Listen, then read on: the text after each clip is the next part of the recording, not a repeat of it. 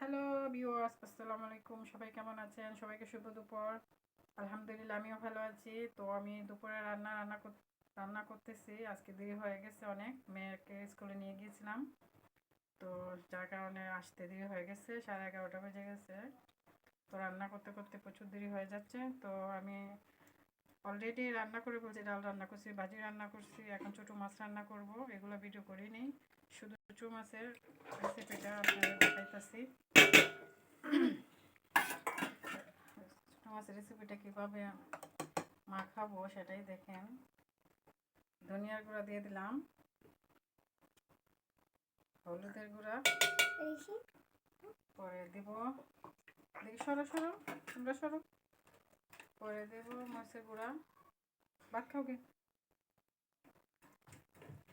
আমি একটু ঝাল খাই। মরিচ 2 চামচ, দেখছেন অনেকগুলো মরিচ দিচ্ছে, অনেকগুলো মরিচ। আমি আমি ঝাল খেতে পছন্দ করি, ঝাল না হলে তরকারি আমার ভালো লাগে না।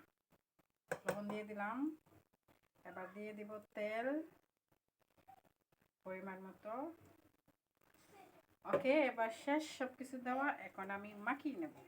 দেখেন কীভাবে মাখাতে হয়, এভাবে মাখাতে হয়। ভালো করে মাখানোর উপরে তরকারিটা মজা হয়, বুঝছেন? তো যারা পারেন না তারা ওইভাবে রান্না করবেন, না যারা পারেন তো পারেনি, তাদের জন্য কোনো সমস্যা নাই। তো দেখেন আমার একটা নড়তেছে, এক হাত দিয়ে ফোন ধরছি আর এক হাত দিয়া মাখাচ্ছি, তো মাখাচ্ছি, একটা নড়তেছে।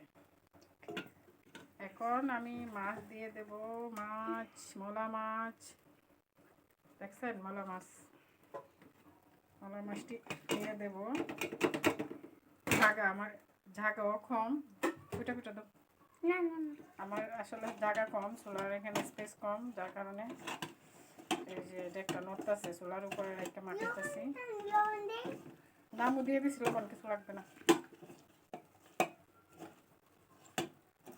তো দেখছেন কীভাবে মাখাইছি। পানি দাও না, পানি দাও, পানি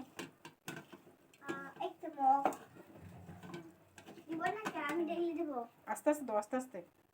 হ্যাঁ, আরও উপরে তুলে দাও। আর একটু আরও পানি আনলাম, মানে একটু লাগবে, আর একটু হলেই হবে।